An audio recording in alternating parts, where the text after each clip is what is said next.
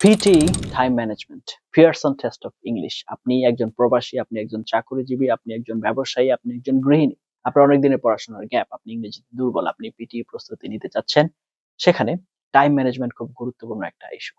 আপনি দেশে আছেন, আপনি দেশের বাইরে আছেন, দেশের যে কোনো প্রান্ত থেকে প্রিপারেশন নিচ্ছেন অথবা পৃথিবীর যে কোনো প্রান্ত থেকে প্রিপারেশন নিচ্ছেন, টাইম আপনাকে ভোগাবেই। পিটি প্রস্তুতি নিবেন আর টাইম আপনাকে ভোগাবে না, এটা হতেই পারে। It's inevitable, you are gonna suffer for this. এটার সলিউশনের জন্য আজকের এই লেসন।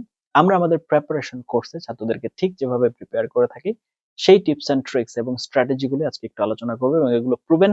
লাস্ট 10 ইয়ার্স প্লাস আমরা এগুলো ব্যবহার করছি এবং আমাদের ছাত্ররা আল্লাহর রহমতে এবং আপনাদের দোয়ায় ভালো স্কোর করছে। একটু কষ্ট করে ভিডিও শেষ পর্যন্ত থাকতে হবে। Before that, welcome to our channel PT Bangladesh, preferably number one platform in Bangladesh for PT preparation. This is all about you guys.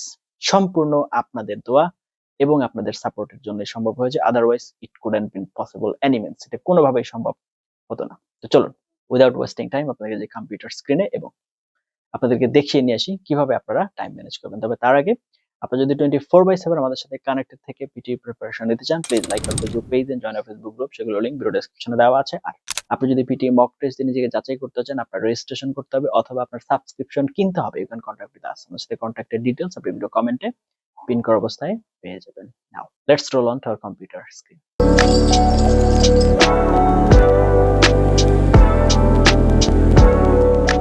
ওকে, তো চলে আসলাম আমরা কম্পিউটার স্ক্রিনে। এখানে আমরা দেখতে পাচ্ছি আজকে আমাদের আলোচনার topic PT exam time management master guide.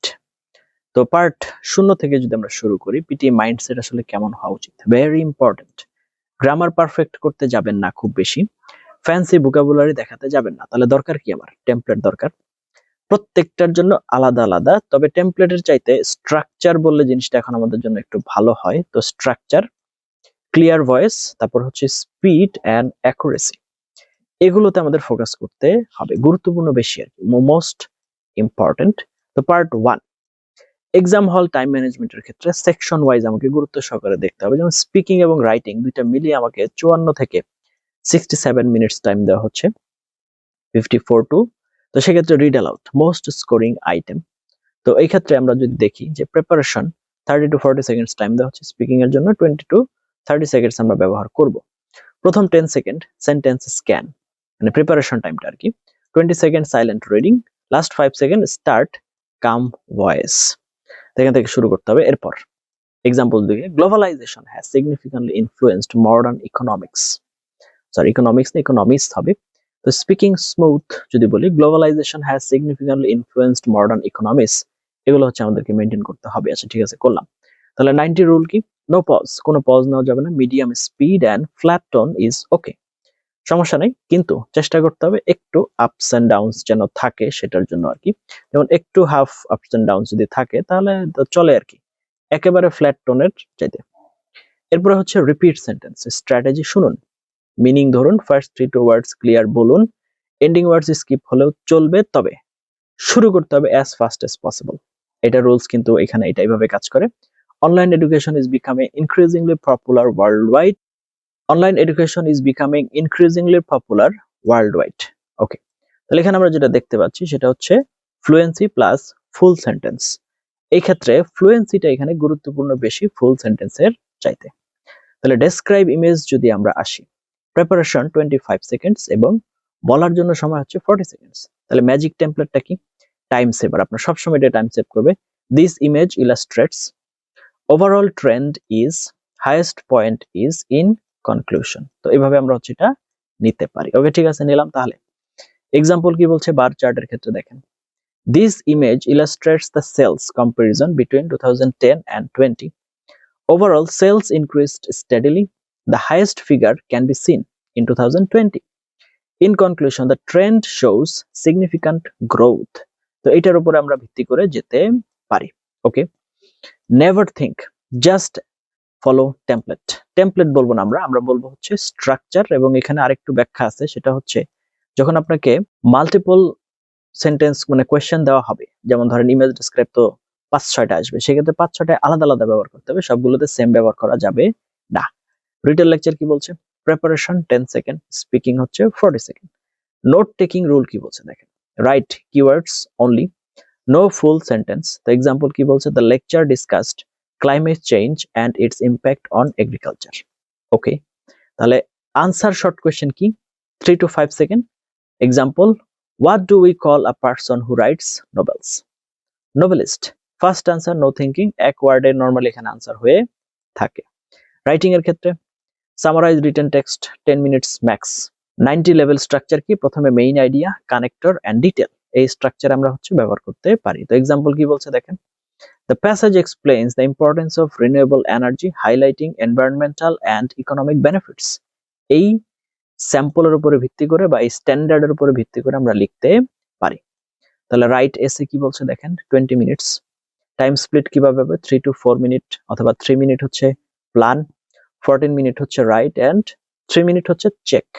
Ban 19 template কি বলছে দেখেন, intro, opinion, body 1, 2 and conclusion, এইভাবে আপনার এটার ভাগ হয়ে যাবে।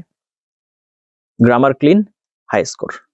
রিডিং এর ক্ষেত্রে আপনার সময় পাবেন 23 মিনিট থেকে 29 মিনিট। এখন এর ভিতরে কতক্ষণ হবে নো আইডিয়া, তো আমরা 23 মিনিট ধরেই কাজ করি। এখানে 20 মিনিট লেখা আছে, 23 মিনিট হবে আর কি। ওকে, ঠিক আছে। তো স্ট্র্যাটেজি কি, গ্রামার ফার্স্ট, কলোকেশন নেক্সট, এই দুইটা জিনিসকে আমাকে চিন্তা করতে হবে।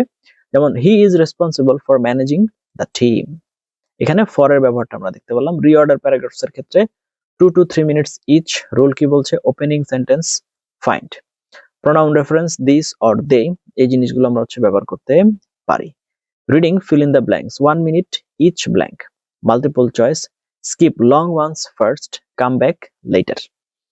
এরপর আমরা লিসনিং এর ক্ষেত্রে এবং সর্বশেষ part 3 listening time management. Summarize spoken টেক্সটের ক্ষেত্রে 10 মিনিটস। টেমপ্লেট কি, the lecture focused on, it discussed and overall, এই তিনটার উপরে ভিত্তি করে আমরা লেখার চেষ্টা করব। MCQs and fill blanks, keyword listening, spelling check, এই জায়গাতে আমরা ব্যবহার করতে পারি।